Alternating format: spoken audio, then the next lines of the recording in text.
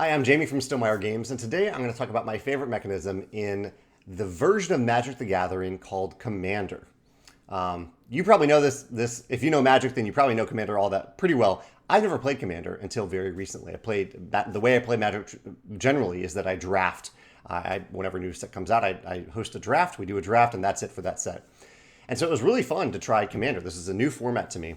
And in Commander, there are a few little twists, and I may not describe all of them here, but a few of the twists are you can only have one of each card, or one of any card, except for basic lands in your deck. And so it means that you can put a pretty broad variety of cards in your deck. Also, you have one Commander card. This is I think, always a creature card that is very powerful, and it is a card that you can continually put back in play. So if you cast the creature card, this Commander card, and the commander is killed, then the commander doesn't completely go away. It doesn't go to your graveyard. Instead, it goes to a separate area of the board where you can later cast it again, but you have to pay +2 to its casting cost. So it actually gets more expensive. There's a reason you can't just cast it over and over again. It's getting more and more expensive. But as you play Magic over the course of a game, you're getting more and more mana. It should be easier and easier to cast this card. I really like that concept of the commander. It gives me a sense of who I am in this game. I am the commander playing this game. It also means that you can completely build your deck around this specific card, and you are guaranteed, you know for sure, that this card will show up. Not even in your hand, you just get to start the game with this card ready to be cast if you want to cast it early on in the game. I think that's really, really clever, because typically in Magic, you might build around a certain card, and you might include 4 copies of that card in the deck, but you may never even see that card. You may see it when it's too late. In Commander, you know for sure you have this one card that you can build around, and it is ready to go when you're ready to cast it. I think that's a simple concept, but I think it really, really helps in this format.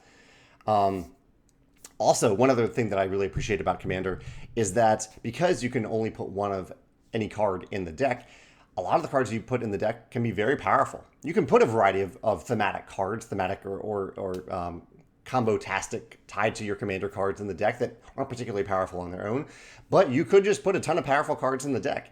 In the game I was playing, we had soul rings that we were playing. We were playing the Warhammer 40k version of Commander, or the Warhammer 40k set for Magic in the game. And so I had a soul ring that showed up in my first turn. I don't think I've played a soul ring in 20 years in Magic the Gathering, because it's not allowed in formats that I've played. But it felt really good. I got to play this super powerful card, and I guess it's somewhat balanced because I could only have one of those in the deck. It's not like I'm going to draw 3 more soul rings over the next few turns.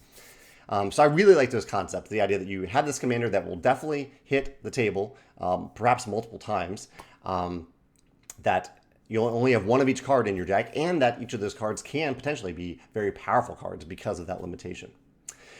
I'm probably missing some other things about Commander. I know there's a slightly different win condition in Commander. You have more health, and also if the Commander itself deals a certain amount of damage, there's another win condition there. Also, actually, I should mention that we were playing 4 people. We had 4 people at the table, which is also highly unusual. Usually when I played Magic for many years now, it's been one-on-one. It's been a duel. It hasn't been since I was a little kid, 13, 14 years old, playing Magic at a table with a bunch of other people, that I have played a game of Magic with multiple people at the table rather than just having it be a duel. And that was a lot of fun as well, to balance at this moment, who am I attacking with this creature versus this other creature? It felt, as someone said, it felt more like a tabletop game, a modern tabletop game rather than a CCG. And I can kind of agree with that. It did feel a little bit different than that because there were multiple players at the table. So if you can think of anything else that's unique to Commander that you really appreciate about Commander, I'd love to hear your thoughts in the comments below. Thanks.